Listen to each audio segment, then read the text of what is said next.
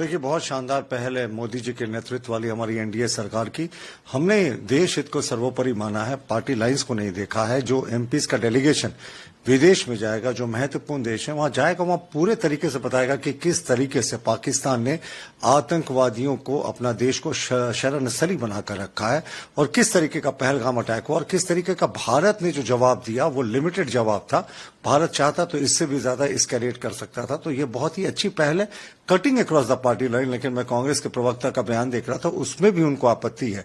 भाई, वो तो कहते हैं ना कि ट्रंप साहब ने भी तो कह दिया कि कोई मैंने मध्यस्थता नहीं की थी, लेकिन अभी भी वो जय हिंद यात्रा निकाल रहे हैं कि आखिर मध्यस्थता क्यों हुई थी। तो ये जो पहल है इसका स्वागत करना चाहिए।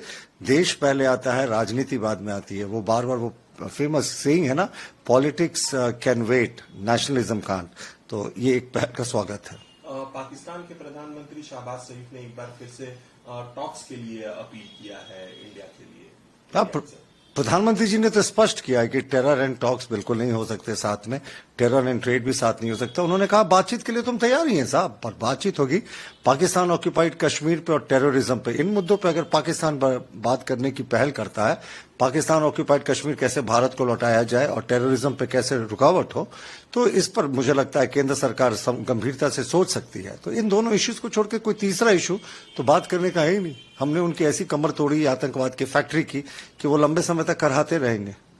सर, बिहार पोल बाउंड स्टेट है, अक्टूबर और संभवतः वहां पे विधानसभा का चुनाव होगा। उससे पहले कैबिनेट ने एक बड़ा डिसीजन लिया, गया का नाम गया जी करने का फैसला किया है। कैसे देखते हैं गया की अपनी महत्व का? देखिए, अगर हिंदू धर्म की बात करें और बौद्ध धर्म की बात करें, दोनों में गया शहर का बहुत महत्व है, पौराणिक महत्व है, बहुत धार्मिक सांस्कृतिक सब महत्व है। अब तो गया जी शहर इसका नाम हो गया, ये स्वागत योग्य कदम है। आप देखें, गया जी शहर में जो हमारे यहाँ अपने जो दिवंगत आत्माएं होती हैं उनको हम लोग तर्पण करते हैं, उनको मोक्ष प्रदान करने के लिए जो तमाम चीजें होती है वो करते हैं।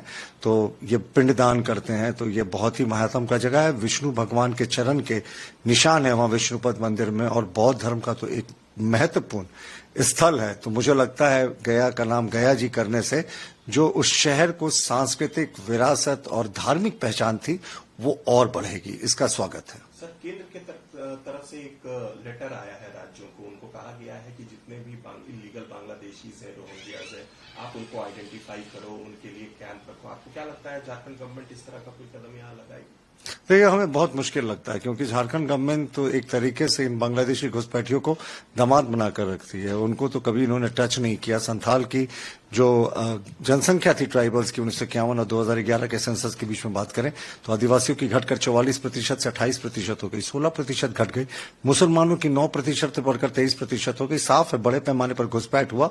कितने बार केंद्र सरकार ने पत्र लिखा कि बांग्लादेशी घुसपैठियों को आप आइडेंटिफाई करें, और फॉरेनर्स एक्ट के हिसाब से वो डिस्ट्रिक्ट मैजिस्ट्रेट की जिम्मेवारी है आइडेंटिफाई करने की, लेकिन ये कुछ नहीं करते हैं। इनके लिए तो वोट बैंक बन गए हैं, और जो तथाकथित वहां पे नेता हैं, ये सत्ताधारी इंडी गठबंधन ब्लॉक के, वो तो अपने वोट बैंक के लिए इनका कागजात तैयार कराते हैं, आधार कार्ड तैयार कराते हैं, आदिवासी बेटियों से शादी कर रहे हैं।